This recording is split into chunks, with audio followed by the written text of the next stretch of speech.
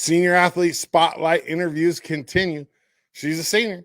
She's a soccer player. She's Giselle Sanchez. Here it is. Giselle, what's up? Hey, how are you? I'm good. So I'll ask you the same question that I asked pretty much everybody. How'd you get involved in soccer? I don't really. I guess like my whole family's just played soccer. Like my mom, I grew up with. I have like 4 uncles I grew up with.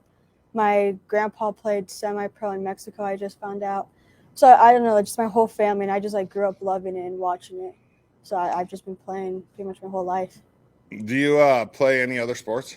I do track. What do you do in track? Well, I mean, this season was kind of weird. I had a concussion for the whole season, but if I don't have a concussion, I do the open 4x4 sometimes. And they wanted me to do the 300-meter hurdles, but then I got hurt. Nice. So maybe I'll do that this year, but who knows? What position do you play in soccer? I play right mid, either left or right, but mainly right. So you run a lot. Yeah. Yeah, the midfielder runs a lot. Yeah. What's your favorite thing about soccer? So I just like how whenever I play soccer, I feel like I just get away from everything. So I just like how it's kind of like a therapy. I could just get away from everything. I play soccer. You can escape, right? Yeah, exactly. Oh, that's sports for a lot of people.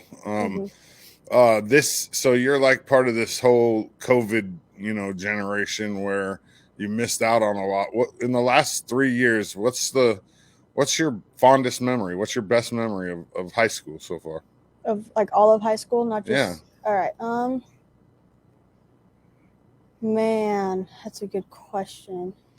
I don't know. I mean, like we could still have somewhat of dances, and those are pretty fun because it kind of felt like things were normal. Yeah. And like going to like other sports events, that was pretty fun.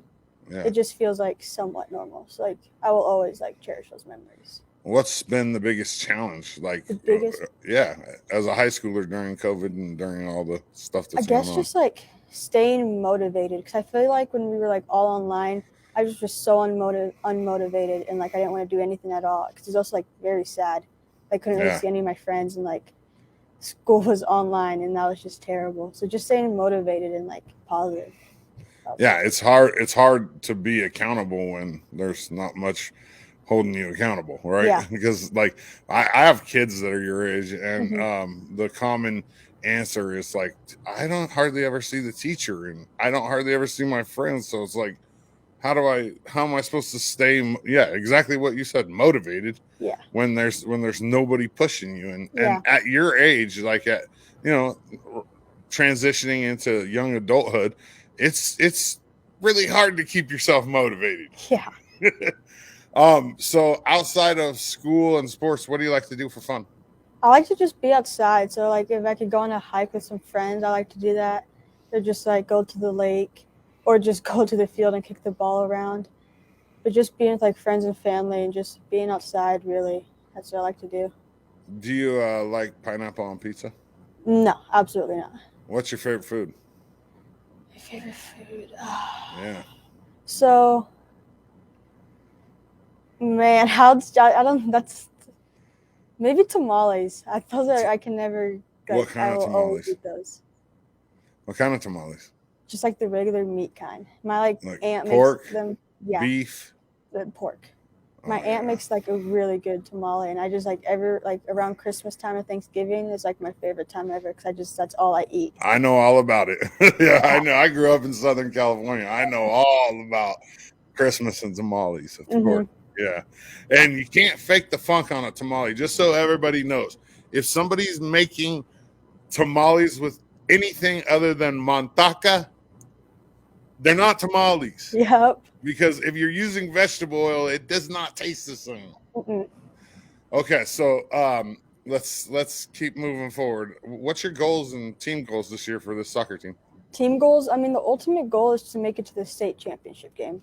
We all feel like, and even our coaching feels like we can make it to the state championship, like the team we have. But like that's the ultimate goal. But for like now, it's just to win every game. Just take it game by game. And like just be pushing each other and staying positive, and just like hopefully winning every game until the state championship game, and hopefully winning it. Wait, is your goal making it to the state championship game or winning the state championship game? winning, but also making it. Oh yeah, I mean, but the ultimate goal, right, is winning the state Yeah, championship, that's the right? ultimate goal. Yeah. Yeah.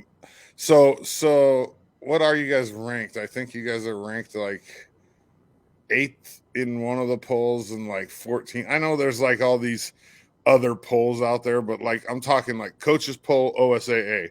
And I think that's a little bit. I think you guys are better than that, honestly. But I mean, it is what it is. You know, like Yeah. the polls don't matter. We saw that last year with the baseball team. I mean, they were ranked like 7th in the polls, and they were the best team in the state, probably any level. So with the soccer team, how do you guys get along? What's the camaraderie like? What is there, 10 seniors? Yeah, 9 or 10. But we've all the seniors, we've grown up playing with each other from like UC United. I've had the same coach, April Brock, who's actually like one of the assistant coaches at the high school now. So like we've just all grown up playing together, and like the chemistry's just super good, like on and off the field. Because like on the field, we don't even have to really talk. We just know what we're gonna do, and like we just like all know each other so good that we know when like someone needs space, and like when to like push someone even more. So it's like it's pretty good.